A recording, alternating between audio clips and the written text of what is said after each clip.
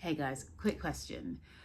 Are you right now, particularly with the shape of the world, the way things are, like waking up every day and just thinking, how do I change this? How do I change the world? How do I change myself? How do I make a new way of living? Like, how do I bring in more joy? How do I bring in more self-confidence? How do I bring in more freedom? How do I feel like someone who's impacting for the better in this world rather than someone who's just trapped and confined and sort of on this hamster wheel going through the motions that don't really bring you anything other than the need to consume more to kind of fill that gap, fill that void.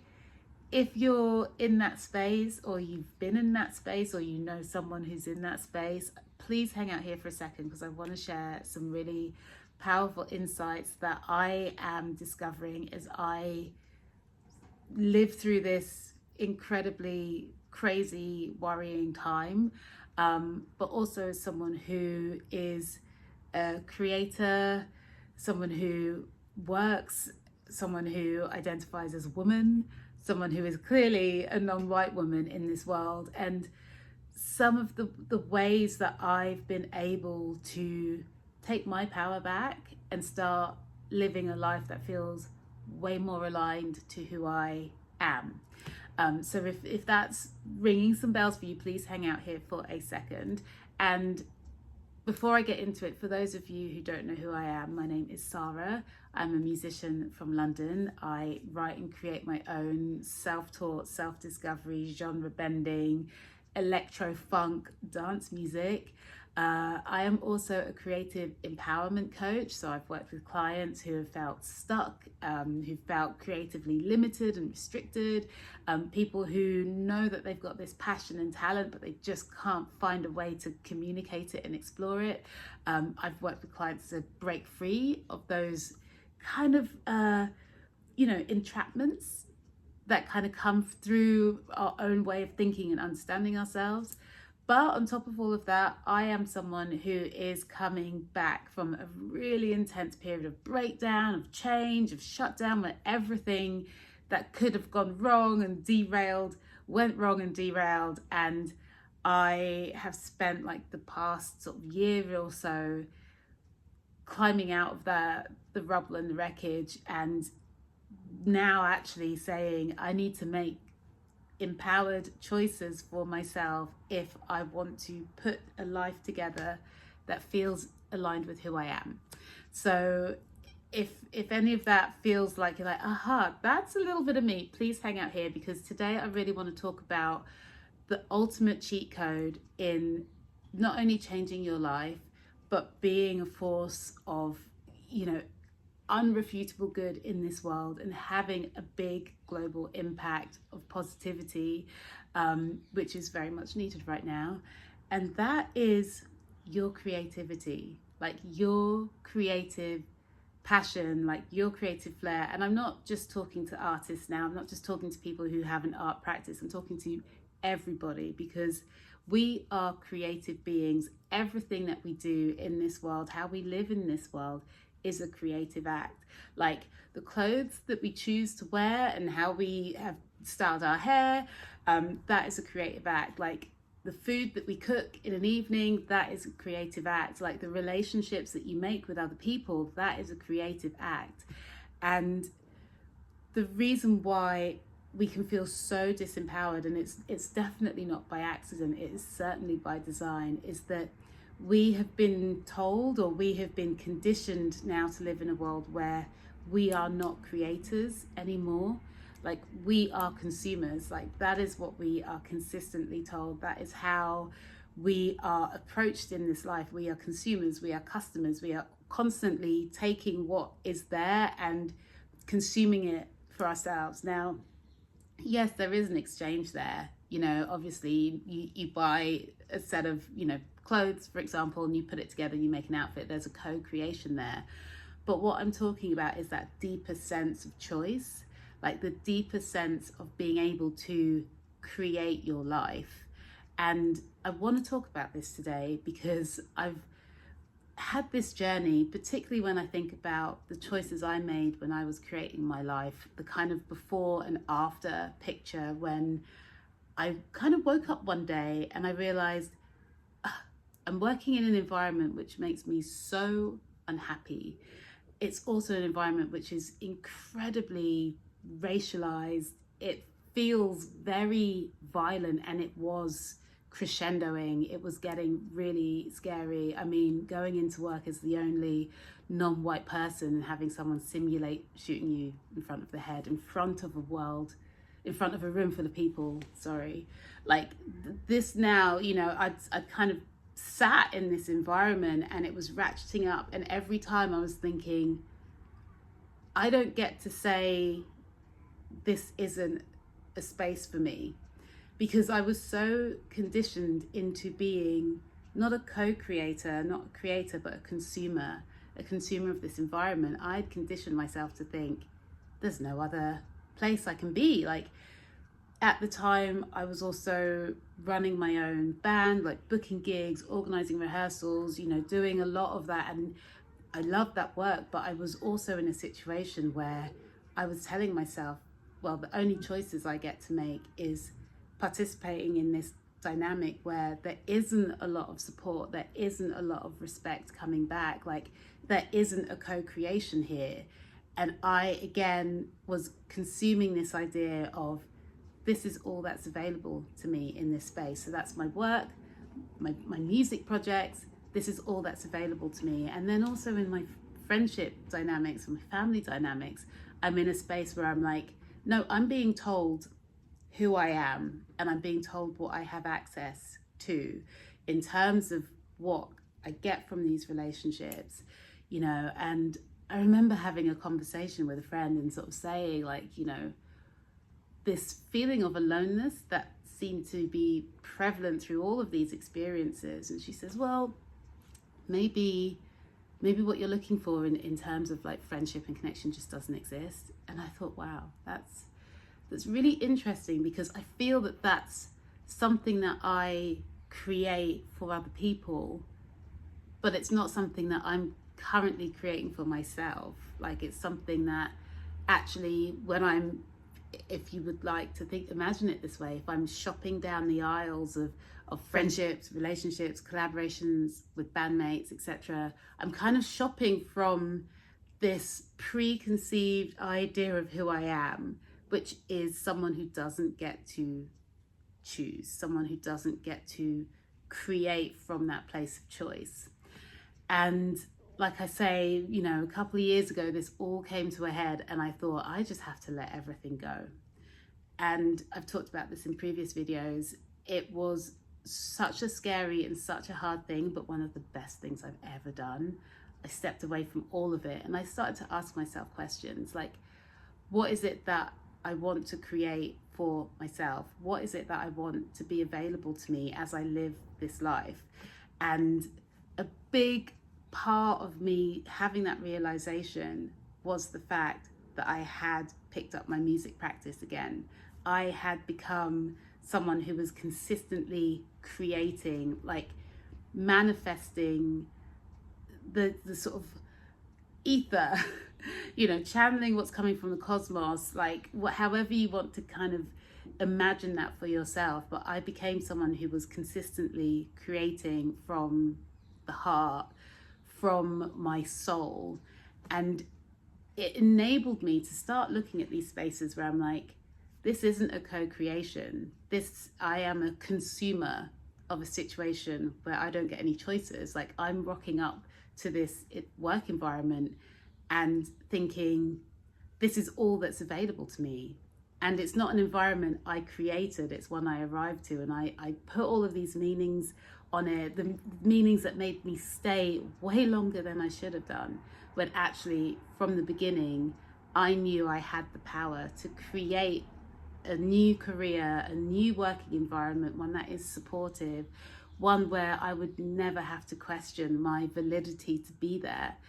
And it's amazing, because that's now what I've created. And I can say I'm so grateful and so fortunate to this new spaces where I've been able to work and create that for myself and co-create that with amazing colleagues and friends.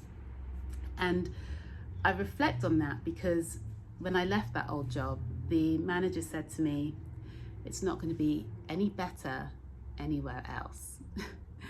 And again, in that moment, it was a choice. Like, do I want to be a consumer of her reality? Do I want to sign up to what she's created for me as a reality and believe that and say, okay, cool, all right, I believe you, here I am, I'm going to continue to stay in a space where I don't get to create respect for myself, I don't get to create opportunities to grow, I don't get to create a space where my voice is heard? Or do I say, no thanks, I am going to create the environment I know I deserve? And that came through trusting my creative process, trusting that inner calling. Getting back into making my own music really empowered me to do that. And that's why I would say your ability to create is foundational to you changing your life. And like I say, it doesn't have to be that you're a musician or an artist or a writer or anything like that, but move away from consuming these ready-made, off-the-shelf ideas about who you are, about what life is, about what's available to you because you are a woman, or you are black, or you are disabled, or you're gay, or you're gender fluid. Like, you get to choose, and that is so, so important, especially now. Like I say, it is no accidental situation that at the apex of this capitalist patriarchal society that we are living in, we are seeing and experiencing the most extreme horrors from around the world, like people being oppressed, murdered. It's crazy. And I know I say all of that and you just think, gosh, yeah, well, how the hell can I go and make that piece of art or spend my weekends baking when that is happening around the world? And I hear you, and this is why more than ever we have to show up with our creativity, because we are tuning into that frequency of love. And when we're tuning as a collective into that frequency of love, we get to change the narrative. And I know when things started to really kind of come to the fore, what's happening in Palestine and Sudan and Congo, and I remember the evenings where I was just consuming this media on social media, the news, etc. I was just consuming, and my vibrational energy just plummeted and I couldn't create. I just felt it was absurd that I dare even spend time working on music at a time like this. And what I found is that the more time I refuse to create, the more time that I refuse to put love and energy into this world, the deeper and deeper and darker things felt, and more hopeless it felt. And the calling back to making my art really helped me understand that I get to be a force for change. I get to put love into this world that is going to counter this tidal wave, this tsunami of hate. And this is why you need to make your art. Also, when you create, you are not consuming. You're putting something out there, or you're co-creating, you're collaborating, you're creating community, you're having conversations, you're spreading joy, your positivity shares positivity to the next person, and so on and so forth. It's a ripple effect. You've got to make your art, because the more we subscribe to what's being prescribed to us, the more we feel like choices aren't available to us, and the more that we then are just willing acceptors of the actual tyranny and bullshit. And that's what was happening to me in this work environment. That's what was happening to me in my creative dynamics, and some friendships, and some family dynamics. And the ability to say, I am going to choose to create something that feels more aligned to me in terms of reality, lived experience, that was me taking my power back. And now I can say, you know, I'm still on this journey. I don't know where it's going to go, but I feel so much more hopeful about where I'm heading and the capacity that I have to make those dreams a reality. I want to be making music and releasing it into the world. I want to be empowering other creative souls to trust their vision, trust that voice, trust their calling, and just go for it. And at the same time, I want to be in a space where we are making honest content and talking and connecting in real time with people and sharing the truth, which isn't always rosy and polished in high glossy definition images. Sometimes it is the truth of saying, this is hard, this is scary, it feels like a lot of work, but it only feels like a lot of work because you're breaking a lifetime's worth of habits. And once you get to the other side of that, the momentum is going to move you forward. Now, when everything collapsed, I didn't know how I was going to get going. It was really difficult. It was really scary. There were so many things that I thought I wouldn't be able to ever do again. Make music, find a space to work that felt safe, set up new, opportunities to coach and inspire people, to be able to speak my truth, to feel visible in this world.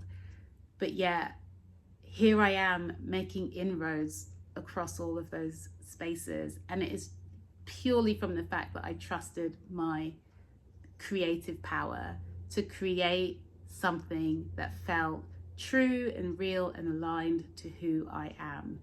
So if you're feeling stuck or trapped or like there's no way forward for you, start tapping into that creative power that you have, like whatever it might be. And it might be that you start cooking again. It might be that you bake cakes, or you write music or poetry, or you paint, or go on a long walk. But step away from just consuming ready-made ideas about who you are and what you're worth.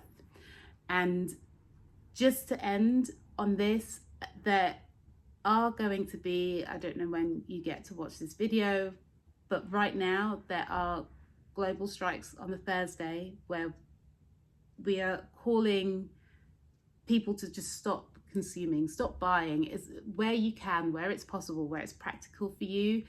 Like, spend no money, zero, nothing, nada, because this is a way that we get to tell the powers that be that are wreaking all sorts of harm and havoc, we the people are no longer going to consume this narrative that we are powerless.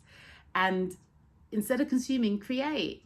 Like, if you're someone who usually buys your lunch, make lunch, take it in to work. If you usually go out for drinks after work on the Thursday, down the boozer or whatever it might be, have people round, cook, like meet up in a park if it's dry and warm enough, or not, whatever, like go and dance in the rain. Like, let's start breaking away from these ideas that we don't get to create better for ourselves, because we absolutely do, and we absolutely have to, for ourselves as individuals, but also as a population of the world, because we are all living in this vibration together.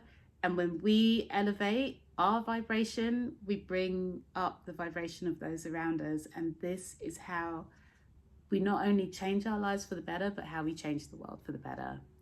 So I don't know who needed to hear this today. Like I say, I make these videos, I'm mainly talking to myself, but I want to share these things with you because there are so many videos out there that are telling you how to make it and how they did it. But I want to talk to you from a space of someone who is doing that work right now. It is hard, it is messy, it is lonely, but it is worth it. And just keep on going. Celebrate every milestone, celebrate every win, big or small. Celebrate yourself for doing the hard thing and actually taking your power back, and celebrate your creativity. So yeah, that's it from me. It's a weird choppy one. My alarm kept going off while I was making this video, but like I say, I just talk from the heart, and I really hope that this reaches you in yours, because I would hate to know that there's someone out there who feels stuck, because they can't see the power that they hold within their own soul to change their life. Anyway, I will see you next week. Bye.